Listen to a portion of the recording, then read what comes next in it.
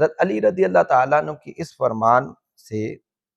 یہ بات ثابت ہو جاتی ہے کہ معصیت کو اگر چھوڑ دیا جائے تو پھر انسان تقوی کی حقیقت کو پا سکتا ہے۔ اور دوسری بات یہ کہ جو اس کی عبادات ہیں، انسان اس دنیا کے اندر عبادتیں کرتا ہے، ریاضتیں کرتا ہے، تو عبادتیں اور ریاضتیں اختیار کرنے کے بعد بھی جو شخص اپنی عبادت پر بھروسہ نہیں کرتا تو یاد رکھیے وہی صفت تقوی سے متصف ہوتا ہے۔ تو عبادت ہم نے کر لی، اللہ کے حکم پر عمل کر لیا، اللہ کے حکم پر عمل کرنے کے بعد انسان اپنی عبادت کو کامل مت سمجھے اور اس پر اعتماد نہ کرے کہ میں نے بڑا کمال کر لیا، بلکہ اللہ کی بارگاہ کے اندر عبادت کرنے کے باوجود عاجزی کو ظاہر کرے اور یہ کہے کہ یا اللہ میں نے اپنی طاقت کے مطابق، اپنی استطاعت کے مطابق تیری بارگاہ کے اندر ایک عاجزانہ جو ہے اپنی عبادت کو پیش کیا ہے۔ اس کے اندر اخلاص کی بھی کمی ہو سکتی ہے، اس کے اندر تقوی کی بھی کمی ہو سکتی ہے، اور اس کے اندر جو ہے وہ اخلاص بہت کم ہے۔ اس کے باوجود میں یہ ساری عبادتیں تیری بارگاہ کی طرف پیش کرتا ہوں کہ تو ان عبادتوں کو مقبول فرما، تو یہ ایک بندہ مومن کی صفت ہے۔ تو اس لیے انسان کو چاہیے کہ اپنی عبادت پر اعتماد نہ کرے، کہ عبادت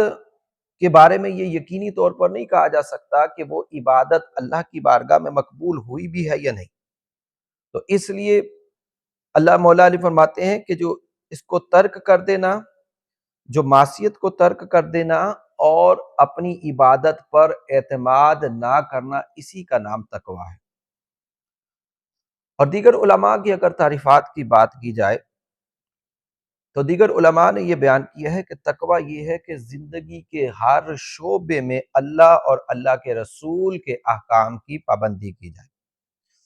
اللہ تبارک و تعالیٰ نے اس دنیا کے اندر زندگی گزارنے کے لیے ہمیں کچھ چیزوں کا پابند کیا ہے جن کو حدود اللہ کہتے ہیں۔ انسان کو ان حدود اللہ کے اندر رہ کر زندگی گزارنی ہے۔ ان حدود کے اندر جو اللہ تبارک و تعالیٰ نے متعین کی ہے، جو ان حدود کے اندر رہ کر زندگی گزارتا ہے تو وہ اللہ تبارک و تعالیٰ کا فرما بردار بندہ قرار پاتا ہے، اور جو انسان ان حدود سے پھلانگ جائے، ان حدود سے باہر ہو جائے، اب یاد رکھیے کہ وہ پھر اللہ تبارک و تعالیٰ کے معیار کے مطابق اپنی زندگی گزار نہیں رہا اور وہ اللہ تبارک و تعالیٰ کا محبوب بندہ نہیں ہو سکتا۔ قرآن کریم کے اندر اہل ایمان سے اللہ تبارک و تعالیٰ نے بار بار اس چیز کا مطالبہ کیا ہے کہ ان مسلمان اپنی زندگی کے اندر تقوی کو پیدا کرے اور تقوی اختیار کرے، حتیٰ کہ